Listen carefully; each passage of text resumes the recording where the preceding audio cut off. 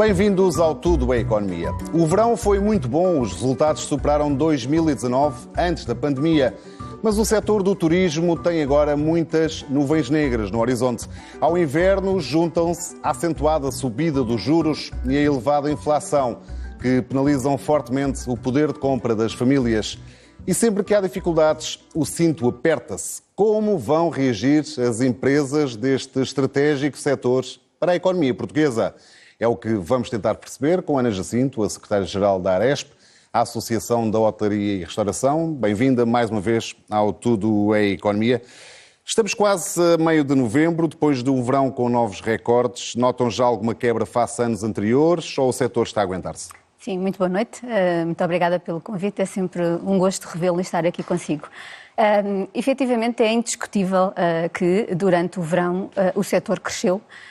E cresceu face ao período homólogo, mas também cresceu face a 2019, período pré-pandemia, e, portanto, desse ponto de vista é positivo. Sendo que, se olharmos para o período de janeiro até outubro, esse crescimento verificou-se face ao período homólogo, mas já não se verificou face a 2019. Houve uma forte recuperação, sobretudo do verão, não é? Exatamente. E isso é bom também que seja dito. Agora, de facto, como disse bem, estamos perante enormes desafios. Nós acabámos de vir de uma pandemia de caráter sanitário e neste momento estamos a atravessar uma outra pandemia de caráter inflacionista, não é? Com os preços da inflação a galoparem todos os dias. Eu recordo que os dados do INE, também reportados a outubro, dizem-nos que pela primeira vez chegámos aos 2 dígitos na inflação. Nós neste momento estamos com 10,2% de inflação, portanto a inflação maior dos últimos 30 anos. E ninguém sabe se já se atingiu o máximo? Sendo que um pormenor muito importante que nunca é falado no que diz respeito à classe e à rúbrica dos produtos energéticos, sobretudo do gás natural, que são fatores importantes para a restauração e para a hotelaria, nós temos uma taxa de variação homóloga no que diz respeito à inflação de 27,6%. Não são os 10%, são 27,6%. Se falarmos de matérias-primas alimentares não transformadas, temos um valor que anda na ordem dos 18,9%. E no caso da rúbrica da restauração, cafés e pastelarias, nós temos um valor de inflação de 7,8%. Portanto, o que é que isto significa? Significa que as empresas não estão a aumentar os preços na mesma proporção que todos os fatores produtivos estão a ter impacto nestas empresas. Já lá empresas. íamos à estratégia, diria assim, para resistir a estas dificuldades que o setor está a atravessar, mas queria mesmo aqui perceber, nesta altura, sentem já alguns sinais de quebra em relação a outros anos? Sentimos. Vamos lá ver. Nós fizemos um inquérito no final de setembro, princípio de outubro. Nós habitualmente monitorizamos os nossos setores de atividade. Já agora, quando eu estou a falar de quebra, não estou a falar, obviamente, em relação aos meses de verão, porque há sempre todos os anos, porque o pico do verão é o pico do verão, é quando toda a gente vai de férias. Estou a falar neste período agora mais do início de inverno em relação a anos anteriores. Sim, por isso é que eu lhe estava a falar. Nós começámos o nosso inquérito no final de setembro, início de outubro, e devo-lhe dizer que metade do setor da restauração já nos dizia nessa altura que estava a ter um impacto grande no aumento das matérias-primas, na ordem entre os 26% e 50% a mais. Nós tínhamos 74% das empresas a dizer que estavam com quebras de procura e, portanto, essa quebra traduziu-se em metade destas empresas na ordem dos 20%. Se olharmos para o alojamento, metade das empresas também nos disseram que estavam já a sofrer aumentos das matérias-primas na ordem dos 25%, 40% das empresas com uma retração no consumo e dessas metade na ordem dos 22%. Portanto, isto já eram indicadores preocupantes que já estavam a vir no início de outubro e que hoje nós temos organismos internacionais a darem-nos conta de que, de facto, o setor do turismo está a abrandar. Mas há aqui 2 realidades diferentes. Por um lado, a subida de preços, a subida de encargos das empresas. Por outro lado, o número de clientes. Obviamente que as coisas estão ligadas em termos de número de clientes. Estamos a falar de quebras de 20%, é isso que está Sim, na ordem dos 20%, de qualquer das formas. E isso tanto para a hotelaria como para a restauração? Sim, 20% na restauração. Comparativamente com o ano passado. Com 2021. Ok, mas a verdade é que este impacto que estamos a ter na retração do consumo ainda é o início, julgamos nós. nós, apesar de não queremos ser pessimistas, mas tudo indica que o poder de compra vai diminuir ainda mais, as taxas de juros aumentarem, portanto vamos ter um maior impacto, mas a procura que tivemos, mesmo no verão, que foi uma procura muito acentuada, é preciso percebermos que não deixou grande rentabilidade às empresas, exatamente porque as empresas, era isso que eu estava a tentar explicar, como não repercutiram os aumentos no preço ao consumidor, é verdade que subimos preços, e no caso da hotelaria subiu um bocadinho mais até do que na restauração, mas não subiu na mesma proporção do impacto que está a ter nos seus custos e, portanto, a rentabilidade é muito menor e não se esqueça que viemos de 2 anos de pandemia com tesourarias muito frágeis nestas empresas e a maior parte das empresas descapitalizadas. Portanto, obviamente que nesta fase é uma fase de grande desafio, de grande preocupação e é por isso, não me queria adiantar que provavelmente há de lá chegar, mas é por isso que a Aresp, mesmo antes da apresentação do Orçamento de Estado, mesmo antes da assinatura do Acordo de Rendimentos, tomou a dianteira e fez um conjunto de 25 propostas que para nós eram fundamentais. Há de facto aqui um efeito psicológico nos potenciais clientes, que a subida de juros e a inflação, esse efeito psicológico pode ser devastador para este setor. Pode. Aliás, eu hoje vinha para aqui e estava a acabar de ver uma peça em que o tema era onde é que os portugueses vão cortar mais face ao cenário que temos pela frente e à cabeça vinha logo os serviços de restauração e bebidas, não é? E, portanto, é preocupante e nós sabemos, se já temos consciência de todos estes problemas, era importante tomarmos medidas preventivas e é isso que a Aresp tem vindo a dizer já há alguns meses. Já vamos às reivindicações. Tem queixas dos associados sobre o forte aumento de custos? Que relatos houve, que experiências vos chegam à associação das empresas individualmente? Sim, sobretudo o aumento dos custos de energia, como eu lhe dizia, não é? Nós temos empresas que estavam a pagar por mês cerca de 1.700 euros e que agora estão a pagar 3.900 euros, não é? Portanto, isto são custos incomportáveis face àquilo que é possível atualizar, porque o preço não é atualizado em função deste aumento, como eu lhe referia. Portanto, todos os dias nos chegam relatos preocupantes, não só do aumento dos produtos energéticos, como das matérias-primas, escassez de algumas matérias-primas, que é outro tema que não se fala muito, mas a verdade é que o setor sente a escassez de muitas matérias-primas, que as tem que substituir muitas das vezes por matérias-primas mais caras e, portanto, tudo isso são preocupações que chegam todos os dias à associação. Mais altos, menor procura, como é que as empresas estão a lidar com isto? Ainda estamos no início, não é? Nós ainda vimos aqui, nós alertámos... Também não podem puxar muito pelos preços, porque senão ainda vão afastar mais a procura, não é? Nós ainda estamos aqui um bocadinho inebriados com os resultados do verão, que foram efetivamente positivos, como já referimos, mas agora as empresas estão-se a confrontar com esta realidade e do nosso ponto de vista, repito, não querendo ser pessimista, espero não termos razão, mas o facto do nosso consumidor interno, e não só, porque esta questão da inflação não é uma questão única no nosso país, não é? Nos nossos mercados emissores também estão todos eles com estes constrangimentos, portanto vão diminuir as viagens, vão diminuir a procura pelo lazer, pela restauração e efetivamente é por isso que estamos preocupados e estamos... Esse é um ponto também que eu queria tocar. A recuperação nos meses de verão foi em grande parte no turismo interno, no turismo, no fundo, de turistas portugueses, residentes em Portugal, porque a nível dos turistas estrangeiros os números ainda estão um pouco abaixo de 2019 e acho que essa é a comparação que faz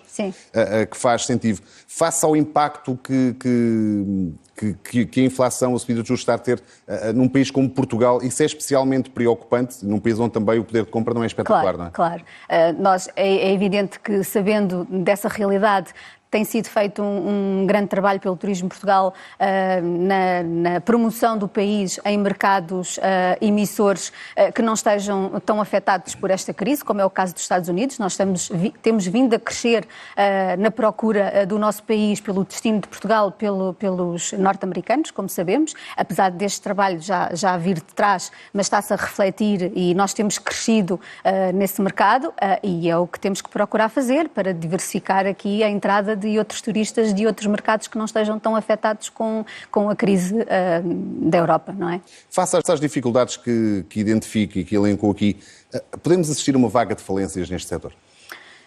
Esperemos que não, e eu volto a repetir, peço desculpa, mas tudo pode ser evitado se forem tomadas medidas preventivas e se forem tomadas as medidas que o setor julga serem adequadas. Vamos tentar perceber que medidas são essas, nomeadamente, desde logo, ao nível do Orçamento de Estado, que de facto está em cima da mesa, ainda não tem aprovação definitiva, mas tem a aprovação garantida. Sim. E que entrará, sem dúvida, em vigor a partir de 1 de janeiro. O que é que esperavam que estivesse, ou o que é que esperam que ainda venha a estar neste Orçamento do Estado? Bom, nós tivemos a oportunidade de fazer um conjunto de 25 propostas para o Orçamento do Estado. Elas encontram-se distribuídas em 5 grandes eixos. No eixo da fiscalidade, do financiamento, do apoio ao investimento, na dignificação e qualificação do emprego e incentivo ao consumo. São 25 medidas, não vou relatá-las todas, mas se me permite salientar 3 das mais importantes e que, do nosso ponto de vista, eram cruciais para minimizar o impacto destes efeitos que estamos a sofrer.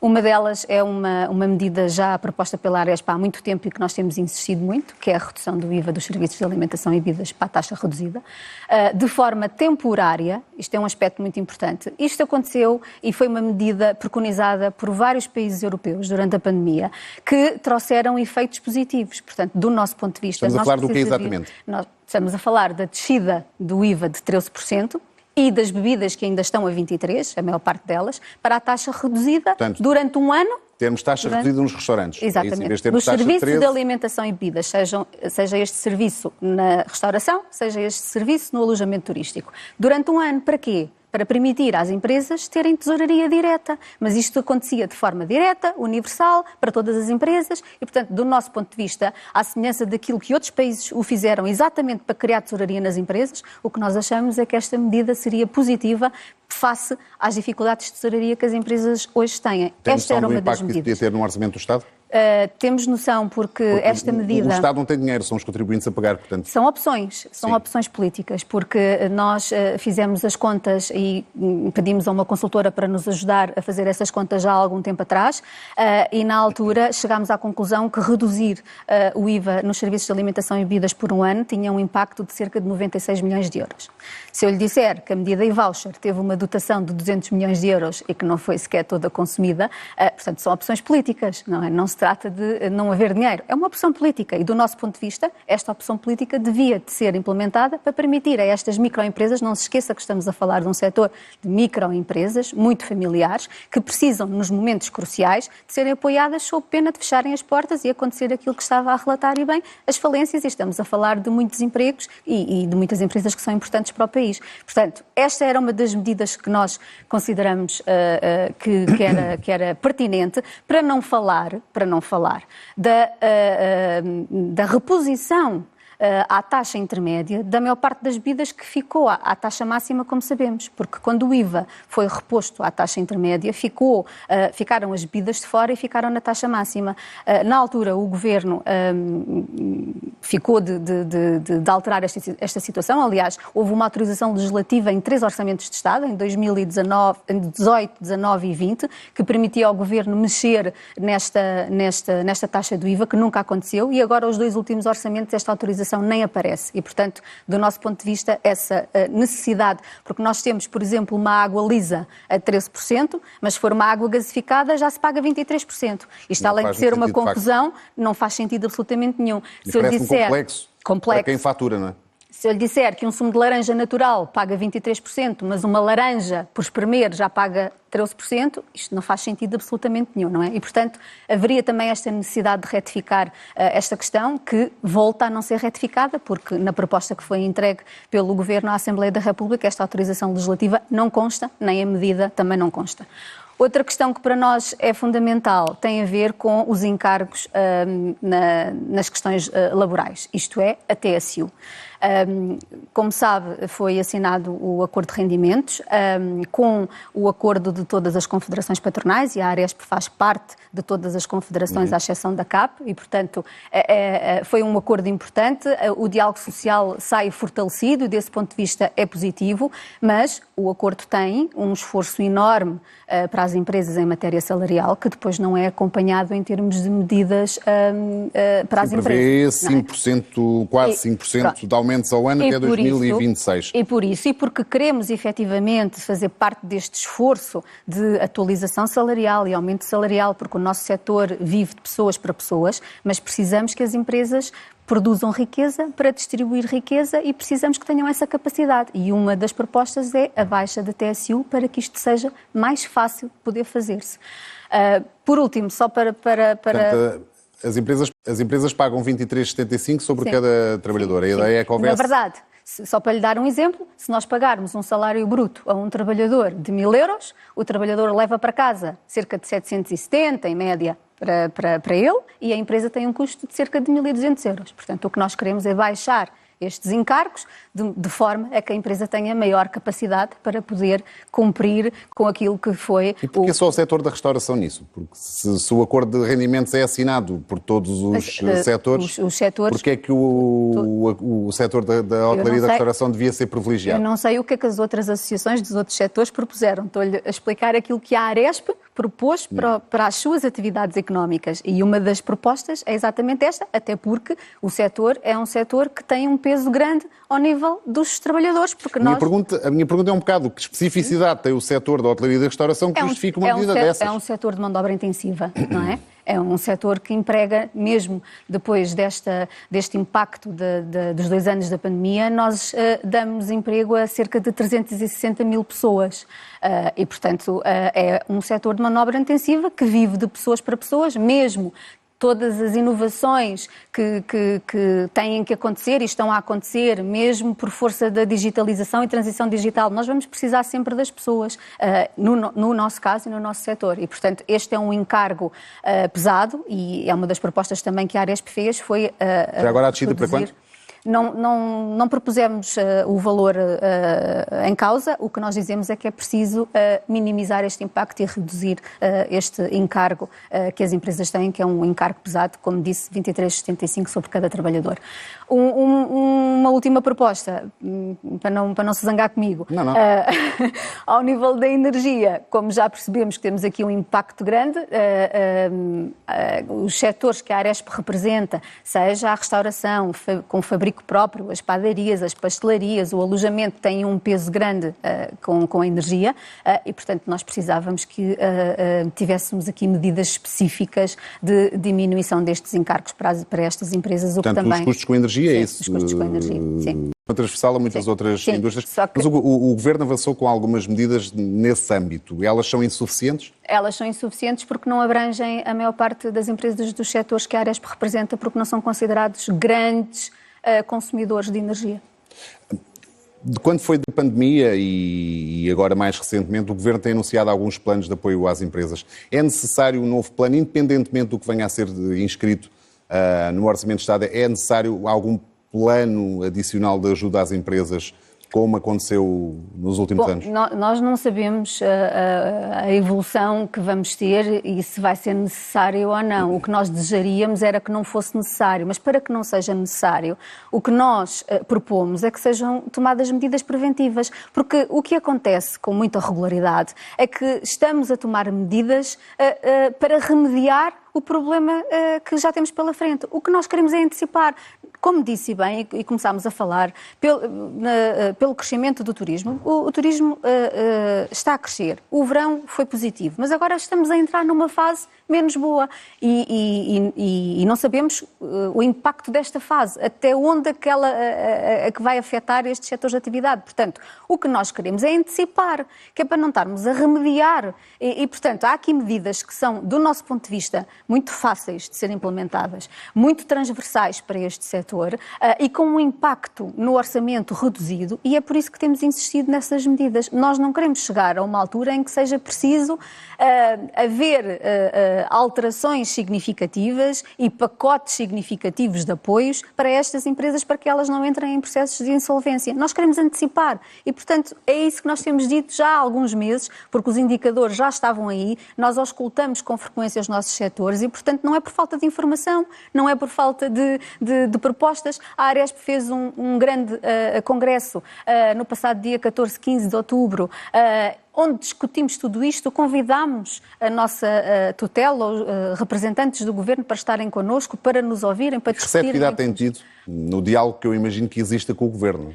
Há sempre muito diálogo e nós defendemos sempre esse diálogo e é assim que trabalhamos. Nós não fazemos reivindicações por reivindicações. Nós nem assim as denominamos. Nós fazemos propostas, diagnosticamos e perante o cenário que nós temos pela frente, fazemos propostas e discutimos essas propostas de forma construtiva com o Governo. Há, efetivamente, alguma preocupação por parte, designadamente, da nossa tutela, por parte da nossa Secretária de Estado do Turismo, mas a verdade é que estas medidas que lhe acabei de referir não me parecem que venham a ter a luz do dia, porque no orçamento não estão, a não ser que seja agora em sede de especialidade na discussão na Assembleia. Tem alguma garantia de algum dos grupos parlamentares que algumas dessas medidas possam vir a ser propostas? Era isso que eu lhe ia dizer. Nós temos vindo a falar também com os grupos parlamentares e há, pelo menos da parte de alguns grupos parlamentares, percebem estas nossas preocupações, mas vamos ver o que é que vai acontecer. O nosso trabalho é continuar a insistir, continuar a dialogar com o Governo para a necessidade de nós termos medidas que evitem chegarmos a uma situação mais preocupante, porque nós não sabemos o que é que vai acontecer amanhã, quanto mais daqui a um mês, não é? E, portanto, nós queremos é antecipar, é cuidar destas empresas. Não se esqueça que há uns anos atrás ninguém dizia que o turismo era o motor da economia. Nós sempre o dissemos, mas eram poucas as vozes que nos acompanhavam. Hoje em dia tem sido quase unânime dizer-se que, de facto, o turismo é o motor da nossa economia. É o motor da nossa economia, não só esta importância grande de ser o motor da economia, como alavanca uma série de outras atividades à volta do turismo e, portanto, temos que dar condições para que o setor continue a ajudar as empresas, a ajudar as famílias, a ajudar o Estado, a ajudar a governação, mas para isso é preciso termos condições. Falta de mão de obra ainda é um assunto no setor? É um assunto. É verdade que agora nesta... Ou seja, à luz deste arrefecimento que se prevê... Sim, é evidente, era isso que eu ia referir. Temos aqui um arrefecimento e, portanto, o tema não tem sido tão colocado em cima da mesa, mas é um tema que não deixa de estar em cima da mesa. Nós, no nosso Congresso, voltámos a discutir muito esta questão. A senhora Secretária de Estado do Comércio, Serviços e Turismo referiu que nós temos uma falta de cerca de 45.050 pessoas no setor. Muitas delas migraram para outros setores na pandemia, como sabemos, por força do encerramento das nossas atividades, não voltaram. Depois temos um problema demográfico, depois temos um problema na contratação de mão de obra estrangeira e, portanto, tudo isso precisa de ser rapidamente tratado, porque quando acabar esta época mais difícil, vamos voltar a entrar numa época de maior trabalho, esperemos nós, e vamos voltar outra vez a ter as empresas a dizer que não abrem as suas atividades porque não têm pessoas para trabalhar. Não é? Eu insisto na questão do acordo de rendimentos, que prevê os tais quase 5% de aumentos até 2026. Neste quadro, eu insisto nesta pergunta, as empresas têm condições para cumprir o acordo que assinaram? Bom, não foram as empresas que assinaram, foram as confederações que representam as empresas, é um facto. É evidente que, do ponto de vista da Aresp, a Aresp nunca contestou aumentos salariais. Do nosso ponto de vista, é um tema que, não sendo o tema principal que dá origem à falta de mão de obras, há outros temas preocupantes que têm que ser tratados, mas também é uma questão. E não há nenhuma empresa do setor que não queira pagar mais e melhor aos seus colaboradores. Agora, como dizia bem... Certeza? Não. Agora, a questão é, temos condições para? É essa a pergunta que fez. Esta é a pergunta. E muito bem. Nós o que dissemos desde a primeira hora é que precisamos que, de facto, a produtividade acompanhe este aumento, é preciso que as empresas tenham um ambiente favorável à produção de riqueza, porque sem produção de riqueza nós não podemos distribuir essa riqueza. E, portanto, parece que há aqui um dogma em falar na necessidade das empresas produzirem riqueza, mas elas são constituídas para isso mesmo, para produzir riqueza e para dar emprego. E, portanto, nós precisamos ter condições e por isso é que precisamos ter o tal ambiente favorável e por isso é que temos que ter menos encargos com os impostos associados às questões laborais, precisamos ter mais tesouraria, tudo isto é para permitir às empresas... A impressão minha, este acordo de rendimentos é uma coisa que pode claramente ficar num papel, porque todas as empresas, no fundo, têm estado com este argumento.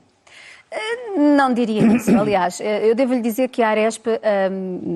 Quando eu digo do papel em sim. relação a estes aumentos anunciados, de 4,8 ao ano até 2026. Sim, vamos lá ver. A Aresp negocia contratos coletivos desde sempre e todos os anos tem feito atualizações salariais e negociações com os respectivos sindicatos, quer os sindicatos afetos à UGT, quer os sindicatos afetos à CGTP. E agora não foi diferente. Nós e a nossa direção já prepararam propostas de revisão dos contratos coletivos e estamos, neste momento, já fizemos para um dos setores da nossa atividade, que é o setor das cantinas, e estamos agora a enviar as propostas para o setor da restauração e para o setor do alojamento, cumprindo aquilo que está no acordo de rendimentos. E, portanto, a Aresp já está a dar o exemplo. E nós, obviamente, que fechando os contratos coletivos com o apoio dos nossos associados e da nossa direção, nós, obviamente, que vamos dizer às empresas para cumprirem aquilo que está no contrato, que têm que cumprir, mas têm que ter condições e é esse o nosso papel. Nós agora temos é que conseguir dar às empresas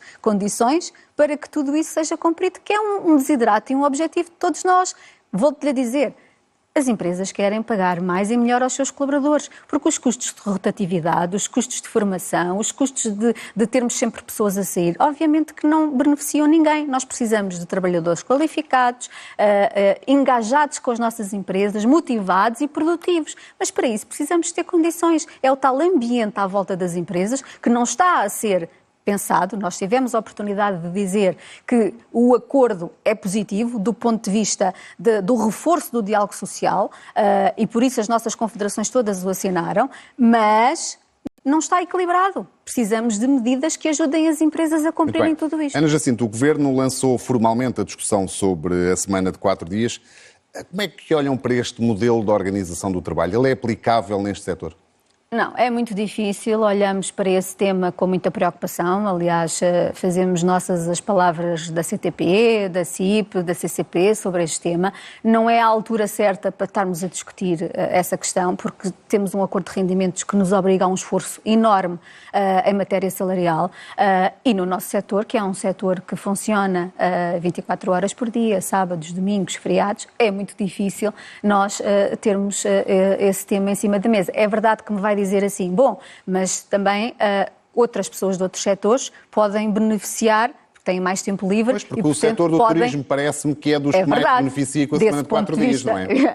Antes de o referir, já me adiantei. Agora, as nossas organizações, que são muito familiares, volto a repetir, estamos a falar de microempresas, é que têm muita dificuldade em fazer essa gestão. Portanto, o tema é complexo, merece ser discutido, não é, do nosso ponto de vista, um momento oportuno, porque já estamos aqui com muitas alterações, muitos desafios.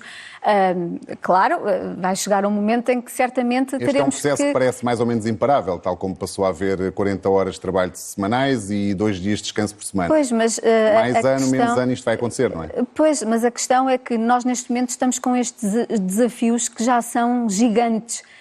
E, portanto, do nosso ponto de vista, não é o momento certo.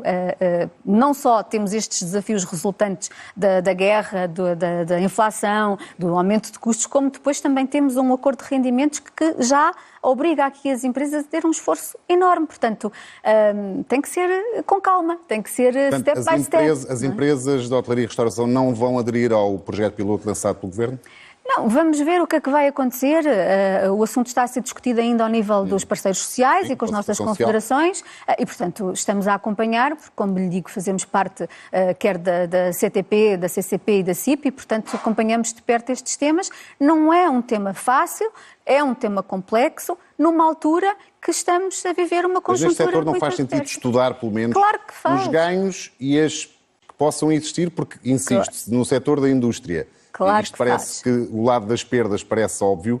Do setor do turismo haverá muitos ganhos de monte de pessoas ficar com mais um dia de Eu quando lhe falava há pouco de que a retribuição não é o tema principal da dificuldade de nós termos trabalhadores, não lhe disse qual era o tema mais preocupante. O tema mais preocupante tem a ver com os horários, tem a ver com o facto do nosso setor ser um setor que trabalha sábados, domingos, feriados, à noite, e as pessoas e os trabalhadores hoje mudaram muito com a pandemia.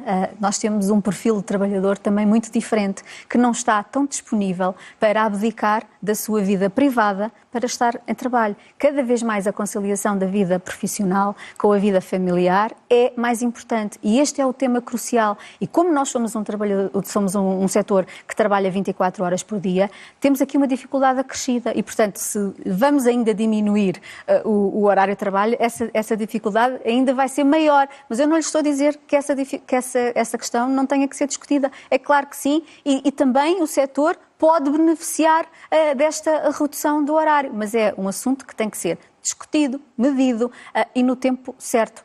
Agora, como lhe digo, estamos a viver um conjunto de desafios que precisamos de tratar desses desafios em primeiro lugar e depois venham os próximos desafios. Cá estaremos. Ana Jacinto, muito obrigado pela presença neste Tudo é Economia. Muito obrigada a nós. E já a seguir, o choque de ideias.